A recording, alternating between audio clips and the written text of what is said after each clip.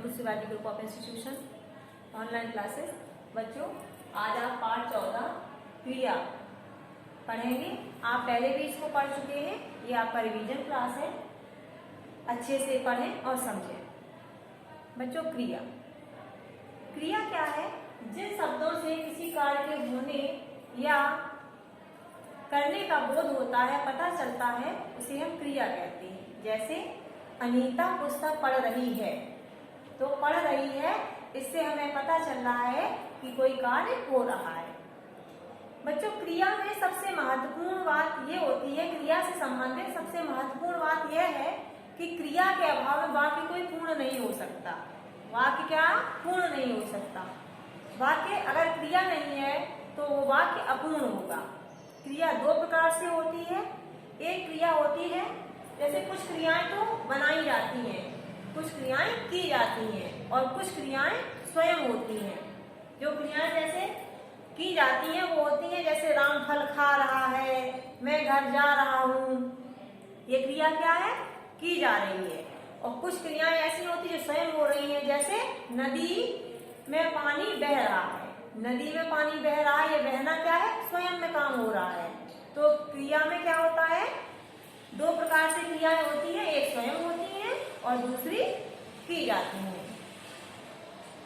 बच्चों, यदि वाक्य में कर्ता के साथ विभक्ति चिन्ह का प्रयोग नहीं होता तो क्रिया कर्ता के अनुसार होती है।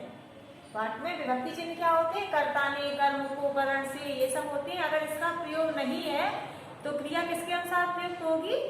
कर्ता के अनुसार। जैसे रामू साइकिल चलाता है, तो ये क्रिया जो चलाता है, चलना है, तो ये किसके अनुसार प्रयुक्त हो रही है? रामू के अनुसार। रामू क्या है?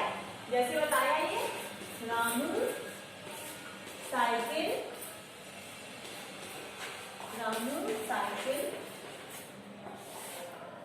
चलाता है, रामू साइकिल चलाता है। तो ये चलाता है, ये क्रिया है, ये किसके अनुसार प्रयुक्त हुई है? कर्ता के अनुसार। इसमें क्या है? विभक्ति चिन्ह नहीं लगा है, तो हमारी क्रिया बता रहे हैं कि अगर हमारी क्रिया में कर्ता के साथ विभक्ति चिन्ह नहीं लगे हैं तो हमारी क्रिया कर्ता के अनुसार प्रयुक्त होती है।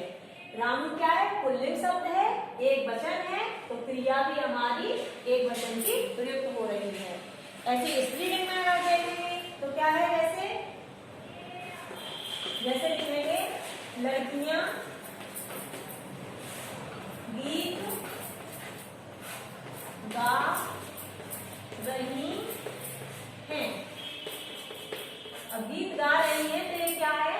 लड़कियां। यहाँ पे लड़कियां क्या है? बहुवचन का कर्ता है। जब बहुवचन का कर्ता है हमारा ये, तो इसके अनुसार हमारी क्रिया बहुवचन की प्रयुक्त हुई। इसके बाद बच्चों आते हैं, यदि वाक्य में कर्ता के साथ विभक्ति चिन्ह का प्रयोग किया गया हो, विभक्ति चिन्ह का अगर प्रयोग किया गया है तो क्रिया कर्म के अनुसार प्रयुक्त होती है। कैसे? कर्म के अनुसार प्रयुक्त होगी अगर विभक्ति चिन्ह का प्रयोग किया गया है। जैसे बच्चों, मीना ने, जैसे मीना ने गाना गाया, मीना ने गाना गाया। तो ये क्या है? यहाँ पर विभक्ति चिन्ह लगा हुआ है और ये कर्ता एक वचन का है, तो इसमें क्रिया भी एक वचन की प्रयुक्त हुई। इसमें बताया कि जब विभक्ति चिन्ह लगाए जाते हैं तो उसमें कर्म के अनुसार हम क्रिया को प्रयुक्त करते हैं। तो गाना क्या है? एक गाना, एक गाना, तो एक वचन की क्रिया प्रयुक्त हुई। अब बच्चों समझ में आया? जब हमारे पास विभक्ति चिन्ह नहीं लगा होता है वाक्य में, तो हम उसमें क्रिया कैसे प्रयुक्त करते हैं? कर्ता के अनुसार। और जब वाक्य में विभक्ति चिन्ह लगा होता है तो हम उसमें कर्म के अनुसार क्रिया का प्रयोग करते हैं। इतना समझ में आया बच्चों? अब आता है क्रिया कैसे होती है? विकारी होती है। विकारी मतलब जो लिंग, वचन, संज्ञा के अनुसार बदल जाए, वो हमारे विकारी शब्द होते हैं। तो क्रिया कैसी है? एक विकारी होती है। विकारी होती मतलब बदलती है। जैसे लिंग के आधार पर लिंग के आधार पर हम बदलेंगे। क्रिया कैसे बदलती है? लिंग के आधार पर, लिंग के आधार पर, लिंग के आधार पर बच्चों कैसे? लिंग क्या होते हैं? हिंदी में दो लिंग होते हैं। एक होता है पुल्लिंग, पुल्लिंग, और दूसरा होता है स्त्रीलिंग, स्त्रीलिंग। अब इसमें बच्चों जब पुल्लिंग का वाक्य होगा हमारा, जैसे मोहन बाजार जाता है, ठीक है, तो इसमें क्रिया कैसे प्रयुक्त हुई हमारी? पुल्लिंग के अनुसार, लिंग के आधार पर प्रयुक्त हुई। लड़का है तो जाता है। अगर जब स्त्रीलिंग होगा तो सीता विद्यालय जाती है, तो ये क्या हो गया? स्त्रीलिंग है तो वो जाती हो गया। ये क्या हमारे विकारी, क्रिया कैसी है? विकारी है कि वो बदल जाती है, लिंग के आधार पर बदल जाएगी, पुल्लिंग और स्त्रीलिंग। ऐसे वचन के आधार पर दूसरा हमारा आता है वचन के आधार पर। वचन के आधार पर हिंदी में कितने वचन होते हैं? दो। हिंदी में कितने वचन होते हैं? दो। पहला होता है एक वचन, एक वचन, और दूसरा कौन सा होता है? द्विवचन, तो बहुवचन। एक वचन और बहुवचन। बहुवचन जब हमारा वाक्य एक वचन का होगा तो हमारी क्रिया भी एक वचन में प्रयुक्त होगी। जैसे कुत्ता भाग रहा है, कुत्ता जब एक है तो वो क्या है? भाग रहा है। क्रिया हमारी एक वचन के अनुसार प्रयुक्त होगी। और जब बहुवचन है तो हमारी क्रिया भी बहुवचन के अनुसार प्रयुक्त होगी। जैसे कुत्ता भाग रहा भी एक वचन का उदाहरण दिया, द्विवचन में बहुवचन में क्या आएगा? कुत्ते भाग रहे हैं, तो ये रहे क्या हो गया? बहुवचन की क्रिया प्रयुक्त हो गई। फिर आते हैं बच्चों काल के आधार पर। नंबर 3 है बच्चों काल के आधार पर।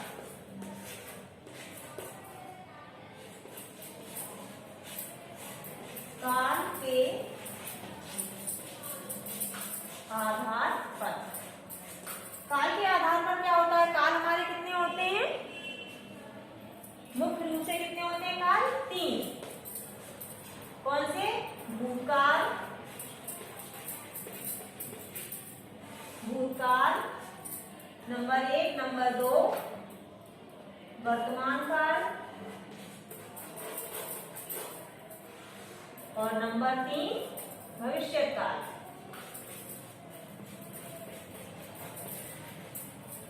भविष्य काल, भविष्य काल। अब बच्चों हमारी क्रिया कैसे बदलती है? भूतकाल है। भूतकाल मीन्स जो समय हमारा बीत चुका है। जैसे भूतकाल में क्या होगा कि जैसे मैं कल वहां गया था, तो ये क्या हो गया? भूतकाल के आधार पर हमारी क्रिया प्रयुक्त हुई। और जब वर्तमान काल में आएंगे तो क्या है? मैं पुस्तक पढ़ रही हूँ, मैं पुस्तक पढ़ रही हूँ, ये हो गया वर्तमान काल की क्रिया। और भविष्य काल, भविष्य काल क्या होता है? जो हमारा आगे आने वाला समय है, वो हम कहते हैं उसको भविष्य काल। तो भविष्य काल में क्या होगा? जैसे कल मैं वहां जाऊंगा, तो ये क्या हो गई बच्चों? तीनों काल के आधार पर क्रिया का प्रयोग होता है। क्रिया का प्रयोग लिंग के आधार पर बताया, 2 लिंग होते हैं, पुल्लिंग स्त्रीलिंग। वचन के आधार पर वचन भी 2 होते हैं, एक वचन बहुवचन। काल के आधार पर काल 3 होते हैं, भूतकाल, वर्तमान काल, भविष्य काल। क्रिया विकारी होती है जो कि संज्ञा, सर्वनाम, विशेषण आदि के द्वारा ये शब्द बदलते रहते हैं, वो हम विकारी शब्द, उन्हें हम विकारी शब्द कहते हैं। इसके बाद बच्चों आते हैं धातु।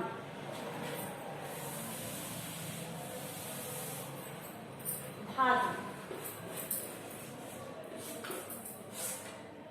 धातु क्या है बच्चों? धातु हम उसे कहते हैं क्रिया का मूल रूप धातु कहलाता है। क्रिया का क्या? मूल रूप, जो मूल रूप होता है वो धातु कहलाता है। धातु के साथ जब हम ना जोड़ देते हैं, धातु कौन सी होती है पहले हम देखेंगे। धातु कौन, क्रिया का मूल रूप धातु कहलाता है। तो धातु होती है जैसे पढ़, लिख,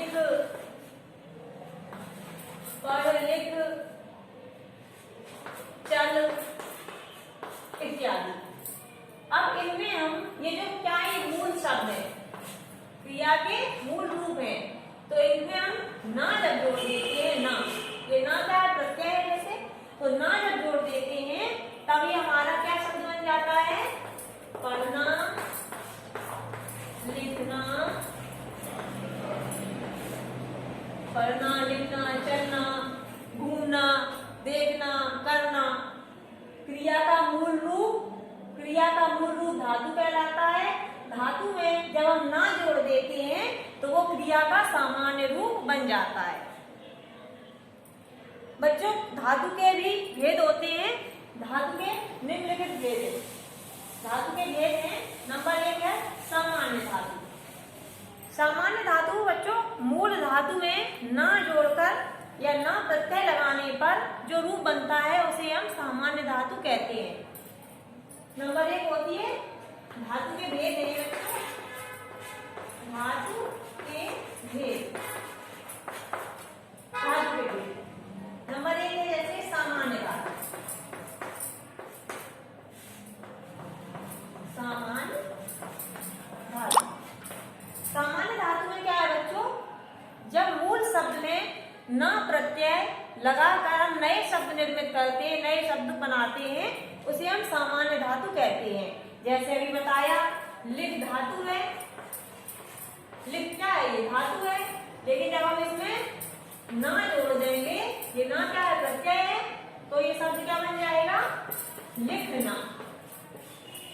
लिखना, लिखना बन जाएगा।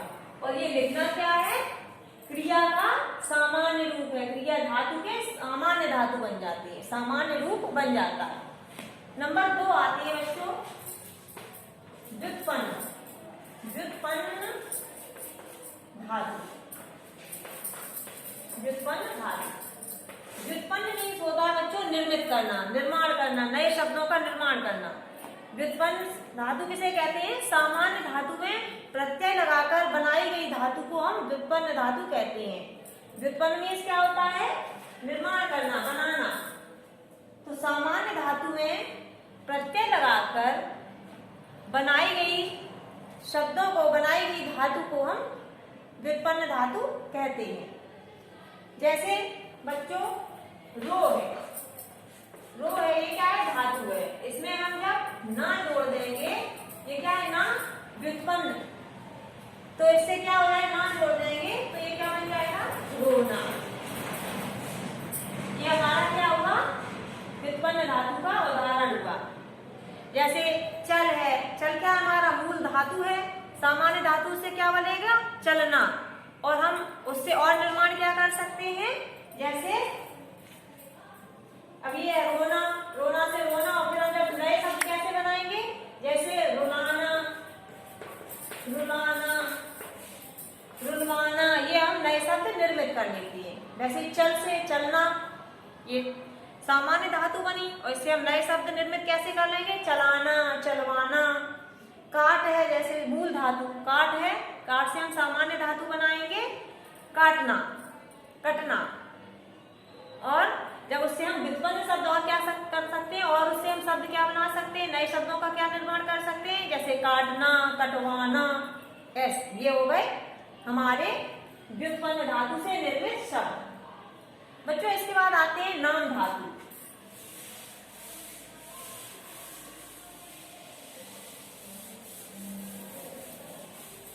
धातु के 2 रूप हो गए, सामान्य धातु, व्युत्पन्न धातु। अब नंबर 3 आते हैं बच्चों नाम धातु। नाम धातु, नाम धातु क्या है बच्चों, जो शब्द संज्ञा, सर्वनाम, विशेषण शब्दों में प्रत्यय लगाकर धातु रूप बनते, धातु बनते हैं, धातु रूप बनाए जाते हैं, उनको हम नाम धातु रूप, नाम धातु कहते हैं। संज्ञा, सर्वनाम तथा विशेषण शब्दों में संज्ञा, सर्वनाम और विशेषण 3 चीजें हुई, इनमें हम प्रत्यय लगाते हैं तो जो धातु बनते हैं उनको हम नाम धातु कहते हैं। जैसे हाथ है, जैसे शब्द है हाथ, हाथ से हमारा नाम धातु कैसे बनेगा? हथियाना, हथियाना। ठीक है। जैसे शब्द है बात, बात, तो बात से क्या बनेगा? बतियाना, बतियाना। ये हमारे नाम धातु के उदाहरण हो गए। इसके बाद बच्चों आते हैं मिश्र धातु। मिश्र, मिश्र धातु। मिश्र धातु बच्चों क्या है? संज्ञा, विशेषण तथा क्रिया विशेषण शब्दों के बाद करना, लगना, देना, लेना, होना, आना आदि जोड़ देते हैं। आदि जोड़कर जो शब्द बनाए जाते हैं वो हमारे मिश्र धातु कहलाते हैं। जैसे संज्ञा से कैसे बनेंगे? जैसे संज्ञा शब्द है, अभी बताया, संज्ञा, सर्वनाम, विशेषण में पीछे जो शब्द जोड़ देते हैं हम, उनसे जो शब्द बनकर जो शब्द निर्मित होते हैं उन्हें हम मिश्र धातु कहते हैं। जैसे संज्ञा से क्या बनेगा? शर्म है, शर्म है, शर्म में हम क्या जोड़ देंगे? आना, शर्म में हम आना प्रत्यय जोड़ देंगे। जैसे तो क्या हो गया? ये शब्द बन गया शर्माना, शर्माना। ऐसे जैसे विशेषण है, विशेषण है बुरा, विशेषण शब्द है बुरा। बुरा में हम जब होना लग देंगे, होना लगा देंगे तो ये क्या हो जाएगा? शब्द बन जाएगा बुरा होना। ये क्या बन जाएगा? बुरा होना। तो ये हमारे क्या है? मिश्र धातु के उदाहरण। बच्चों आज हम लोगों ने पढ़ा क्रिया, क्रिया के बाद धातु, धातु में जब ना जोड़ देते हैं तो वो क्रिया का सामान्य रूप बन जाता है।